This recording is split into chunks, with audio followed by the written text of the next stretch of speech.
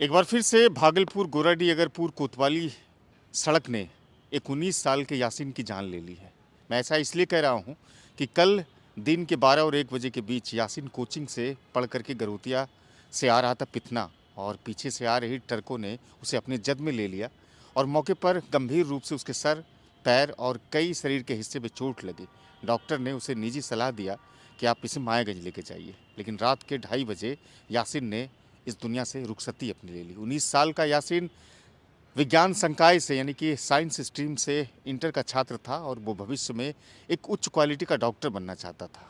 परिवार में उनके साथ उसकी बहन थी। पिता रब्बानी पेशे से मजदूर हैं और फेरी का काम करते हैं। लेकिन सड़क ने चौड़ीकरण पर जो सवाल खड़े होते हैं लगातार, एक बार फिर से इस मुद्दे को जिंदा कर दिया है।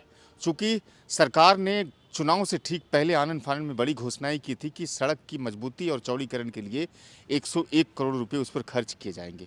बाकायदा इसके लिए प्री बिड मीटिंग भी आयोजित की गई। चूँकि आदर्श आचार संहिता लगा हुआ था, इसलिए वो मीटिंग सफल नहीं हो पाई और ये भी बताई गई कि टेक्निकल अप्रूवल नहीं मिलने से वो निविदा फिलहाल रद्द हो गई है।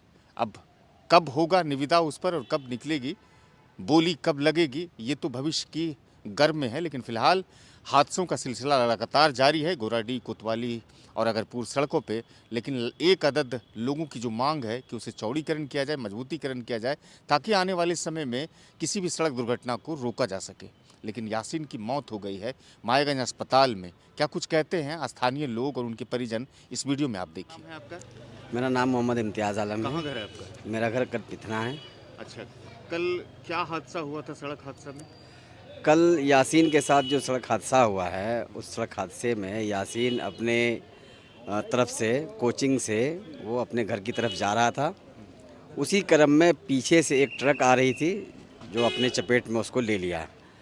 उसमें भागलपुर की ओर से गोराडीह की तरफ जा रही थी। कहाँ से पढ़ के यासीन जा रहा था? कहाँ? कोचिंग से पढ़ करके वो अपने घर की ओर जा रहा था। कहाँ था?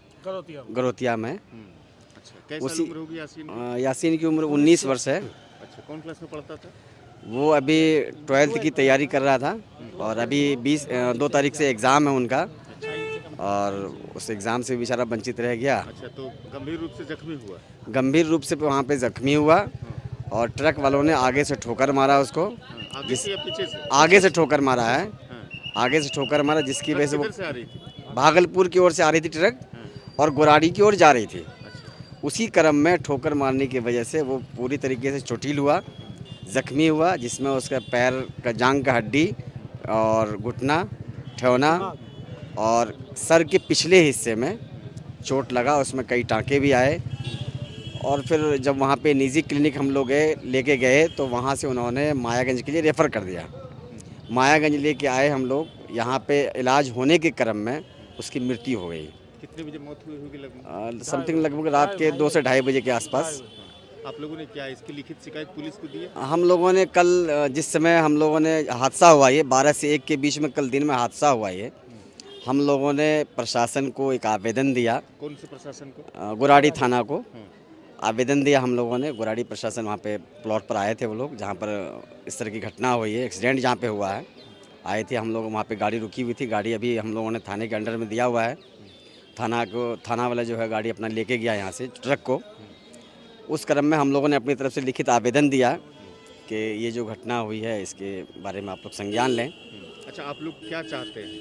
हम लोग चाहते हैं कि जिस बच्चे का एक्सीडेंट हुआ है, जिसका नाम मोहम्मद यासीन है, हम लोग चाहते हैं कि जिस क्रम में एक्सीडेंट हुआ और जो छात्र था, जो लड़का पढ़ने वाला था और घर का इकलौता ऐसा लड़का था जो तरक्की की ओर जा रहा था और लोगों की ख्वाहिश थी कि इस पढ़ लिख के कुछ बने, डॉक्टर बनाने की कोशिश की जा रही थी। बच्चे की भी ख्वाहिश थी कि वो डॉक्टर बने पढ़ लिख करके। लेकिन चूँकि वो सारी चीज़ें धरी की धरी रह गई और लोग उससे बहुत हाथ में।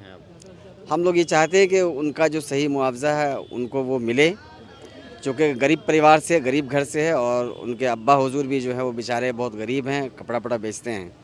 मतलब मजदूर परिवार से? बिल्कुल मजदूर परिवार से। अच्छा, उस सड़क पर घटनाएं इस तरह की लगातार होती रहती है? उस सड़क पे घटनाएं लगातार, ऐसी कितनी यासीन की घटना हर एक दिन लगातार ये सुनने को मिलता है। जबकि सरकार की तरफ से चौड़ीकरण का भी हम लोगों को ऐसा सुनने को मिला था कि चौड़ीकरण का काम होगा, लेकिन वो चूँकि आज तक हुआ भी नहीं है और आए दिन इस तरह की घटनाएं होती रहती है। ऐसा कोई दिन नहीं है जिस दिन की घटना ना हो। हर एक दिन नया यासीन की घटना हमेशा होती रहती है। आपका नाम क्या है? मोहम्मद रब्बानी। मोहम्मद। रब्बानी। ये लड़का आपका पहला लड़का था? नहीं, एक लड़की है बड़ी, उसके बाद कितने लड़का। औलाद हैं आपको? 5। 5। ये लड़का बड़ा है, लड़की जी, के बाद है? लड़की के बाद है। क्या करता था बच्चा आपका? पढ़ता था। पढ़ता था। जी। हादसा कैसे हो गया? ट्रक से धक्का लगा? जी, ट्रक से धक्का लगा। अच्छा, तो वहाँ जब चोटिल हुआ तो क्या वहाँ से फिर यहाँ मायागंज लाए? जी, वहाँ से एक हादसा हुआ तो बच्चे लोग वहीं बगल में डॉक्टर खाना है, बच्चे लोग वहाँ डॉक्टर खाने में भर्ती किए। वहाँ से जब नहीं हुआ तो फिर यहाँ मायागंज आप लेकर। क्या चाहते हैं आप? आपको क्या है, सरकार से मुआवजा चाहिए और क्या। बच्चे को कुछ बनाना चाहते थे? जी, क्या बनाना चाहते थे? डॉक्टर। डॉक्टर।